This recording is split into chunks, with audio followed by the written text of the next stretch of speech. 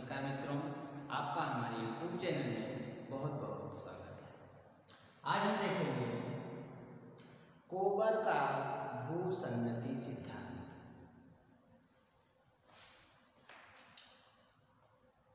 कोबर एक भू-आकृतिवेत्ता थे। इन्होंने विश्व में फैले विभिन्न प्रकार के पर्वतों की उत्पत्ति की व्याख्या के लिए भूसन्नति सिद्धांत दिया, भूसन्नति संकल्पना दिया और बताया कि जहाँ जहाँ आज बने पर्वत हैं वो सभी भूसन्नतियों की वजह से है। जहाँ जहाँ भी बने पर्वत दिखाई दे रहे हैं वहाँ पहले भूसन्नतियाँ थी, आज यहाँ पर बड़े बड़े पर्वत हैं। सबसे पहले हमें जानेंगे क्या थे भूसन्नति, किसे कहते हैं और भूसन्नतियों से किस प्रकार से पर्वतों का उद्भव हुआ। कोबर ने पर्वतों को भूसन्नतियों का पालना भी कहा। उन्होंने कहा कि भूसन्नतियों से ही पर्वत पैदा हुए हैं। देखते हैं क्या उन्होंने किस प्रकार से कहा। चलिए जैसे कोबर महोदय ने कहा कि जगह जगह पर कुछ दृढ़ भूखंड हैं, मजबूत एवं लंबे चौड़े ऊंचे भूभाग हैं। उन्हीं मजबूत लंबे चौड़े भूभागों को कोबर ने दृढ़ भूखंड कहा और बताया कि दो दृढ़ भूखंडों के बीच में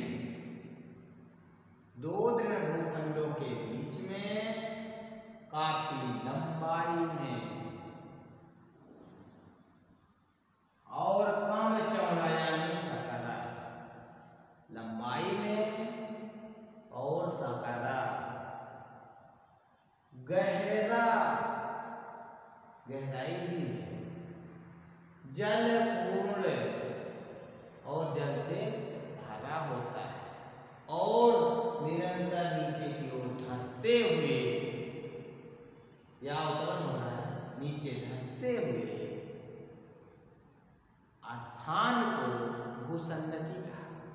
इसे समझ लीजिए, दो दृढ़ भूखंडों के बीच लंबी, सकरी, गहरी, जल से भरी हुई और अवतलित होती हुई या धंसती हुई घाटियों को ही उन्होंने भूसन्नति कहा और बताया कि ये दृढ़ भूखंडों से मलबा आकर के इसी में भरता रहता है, जिससे यह घाटी जो लंबी, सकरी, गहरी है, जल से भरी हुई है, धीरे धीरे मिट्टी से भर जाती है।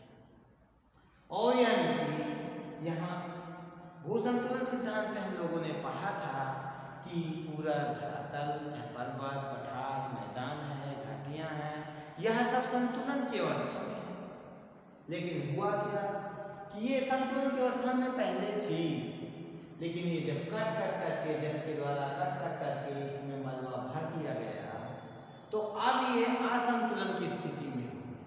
यानी ये जो दृढ़ भूभाग था कट के यहाँ चला गया तो ये हल्का हो गया और यहाँ मलबा आ गया तो भारी हो गया, असंतुलन ही हो गया कि नीचे की ओर बैठने लगी। जब नीचे की ओर बैठने लगती है तो उसे अवतरण कहते हैं।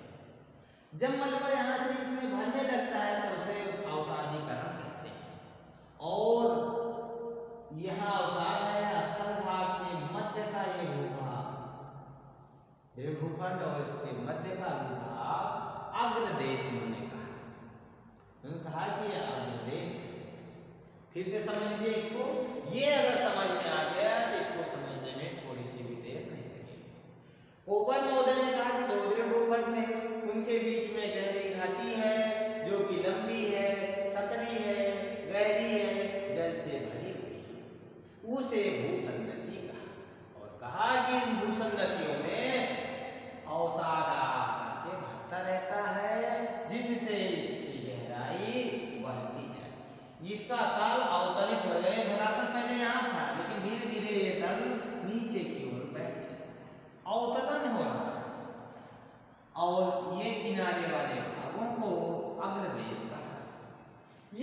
निरंतर धंसता रहता है, बैठता रहता है, तो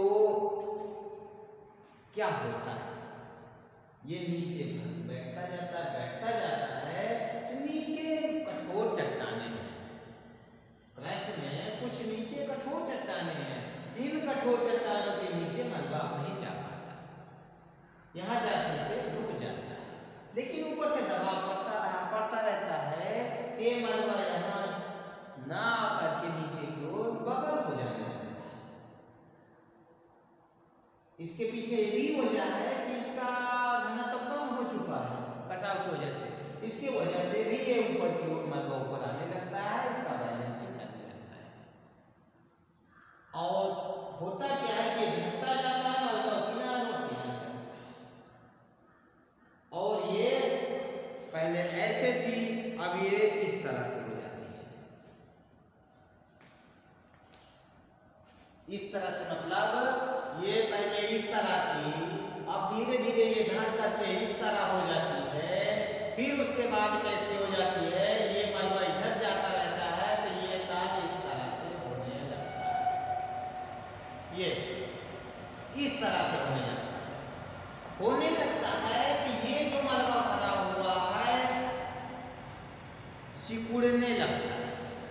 ये मलबा इधर को दबाव डालता है कि ये मलबा, इसके भरा हुआ मलबा सिकुड़ने लगता है। जब सिकुड़ने लगता है तो जगह जगह पर ये मुड़ जाता है। ये मलबा जगह जगह पर मुड़ जाता है, बलन पड़ जाते हैं। ये ऊंची ऊंची श्रृंखलाएं कहीं ऊपर उठी हुई हैं और कहीं नीचे धंस जाती है। जब चारों तरफ दबाव पड़ता है तो कहीं ऊपर उठ जाता है, कहीं नीचे धंस जाता है, कहीं ऊपर उठ जाता है, कहीं नीचे धंस जाता है। तो इन्होंने कहा कि अंदर से दबाव पड़ने की वजह से घाटियां सिमटने लगती हैं और किनारों पर इस भूसंनति के किनारे भाग वलित होने लगते हैं। इसमें बलन पड़ जाते हैं, ऊंची ऊंची पर्वत श्रृंखलाएं लंबाई में पड़ जाती हैं, गहरी गहरी घाटियां बन जाती हैं। इन ऊंची ऊंची श्रृंखलाओं को कोबर महोदय ने रेंडकोटेन कहा कि ऊंची ऊंची श्रृंखलाएं ही पर्वत हैं, पर्वत श्रेणियां हैं, लंबाई में विस्तृत ये पर्वत श्रेणियां हैं। इन्हीं पर्वत श्रेणियों को उन्होंने रेंडकोटेन कहा और कहा कि दो भूसन्नतियों में इन अग्रदेशों के किनारे के मलबे तो बलित होते हैं, लेकिन मध्य का कुछ भाग बलन से अप्रभावित रह जाता है, यानी समतल रह जाता है। देखिए यहाँ ये समतल भाग है, बहुत बड़ा चित्र मैं नहीं बनाया हूँ। तो ये समतल भूभाग होता है। इस रेंडकोटेन के बीच में समतल भूभाग पाए जाते हैं, जिसे श्वासिन बल के नाम से संबोधित किया। कोबर ने कहा कि भूसंनतियां जब सिकुड़ने लगती हैं अवतलन के वजह से, तो इनमें बलन पड़ जाते हैं, मोड़ पड़ जाते हैं, इन्हें पर्वत श्रृंखलाएं होती हैं। इन्हें पर्वत श्रृंखलाओं को उन्होंने रेंडकोटेन कहा और कहा कि दोनों किनारों के भाग तो बलित होते हैं, लेकिन बीच का भाग कभी कभी अप्रभावित रह जाता है, समतल रह जाता है, जिसे उन्होंने श्वासिन बल कहा। और कहा कि इसी तरह पूरे विश्व में अधिकतर भूसन्नतियां इस तरह हैं कि दो तीन भूखंडों के बीच में हैं, तो किनारों पर बलित पर्वत है और बीच का भाग समतल है। बहुत सारे उदाहरण उन्होंने बताया कि बलित पर्वत, श्वासिन बल, भूसन्नतियां। कोई आवश्यक नहीं है कि श्वासिन बल बनेगी, कभी कभी इतना बलन हो जाता है सारा मलबा ऊपर उठ जाता है और पूरे में रेंडकोटेन ही होता है, श्वासिन बल नहीं रह जाता है। अब देखते हैं कि पूरे विश्व में कहाँ पर भूसन्नतियां हैं, कहाँ बलित पर्वत यानी रेंडकोटेन बने हैं और कहाँ का पठार यानी श्वासिन बल। भूसन्नतियों का विश्वचित्रण, ये विश्व का मानचित्र है। उत्तरी अमेरिका, दक्षिणी America, Europe, Africa, Asia, Australia. संकेत में आप देख सकते हैं कि ये भूसन्नति का चित्र है, ये बलित पर्वत का चित्र है, ये ध्रुव भूखंड का है।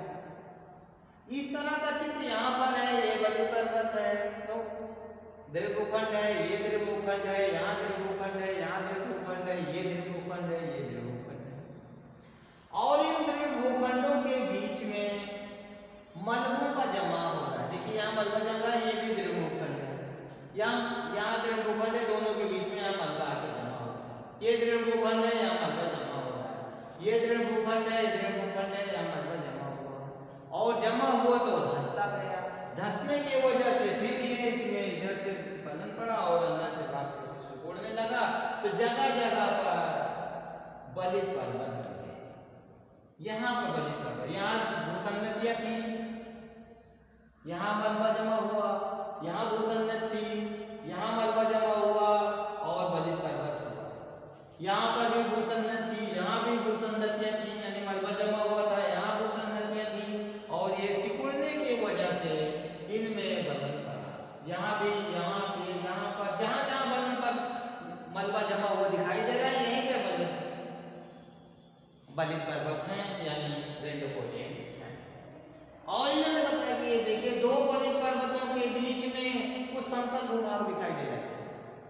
दृढ़ भूखंड भी समतल हो सकते हैं, ये समतल भाग दिखाई दे रहा है, इसे इन्होंने कहा स्वासिन वर्ग है। यहाँ राठी पर्वत है, यहाँ अपलेशियन वगैरह पर्वत है, तो दोनों के बीच में ये स्वासिन वर्ग है। यहाँ एंडीज पर्वत है, यहाँ ब्राजील श्रेणियां हैं, दोनों के बीच में यहाँ स्वासिन वर्ग है। इस पर्वत, इस बलित पर्वत के बीच में यहाँ स्वासिन वर्ग है, यहाँ स्वासिन वर्ग है। यहाँ यूरोप का मैदान है, यूराल का पठार है, दोनों के बीच यूरोप का पर्वत और यूराल का पर्वत, दोनों के बीच में यहाँ स्वासिन वर्ग है। यहाँ पर अफ्रीका का है, किलिमंजारो वगैरह, ये मेडागास्कर का ऊंचा भाग है, दोनों के बीच में यहाँ स्वासिन वर्ग है। ये हिमालय पर्वत है, क्यूनलुन वगैरह श्रेणियां हैं, इनके बीच में भी यहाँ तिब्बत का पठार स्वासिन वर्ग के रूप में है। ये बलित पर्वत है, रेंडोकोटियन है, यहाँ पर ये पर्वत श्रेणियां, इसके बीच में इसको स्वासिन वर्ग कहा। इस प्रकार से इन्होंने बताया कि जितने भी बलित पर्वत हैं वो भूसन्नतियों में थे और अभी भी कुछ भाग समतल दिखाई दे रहा है, जिसमें स्वासिन वर्ग कहा।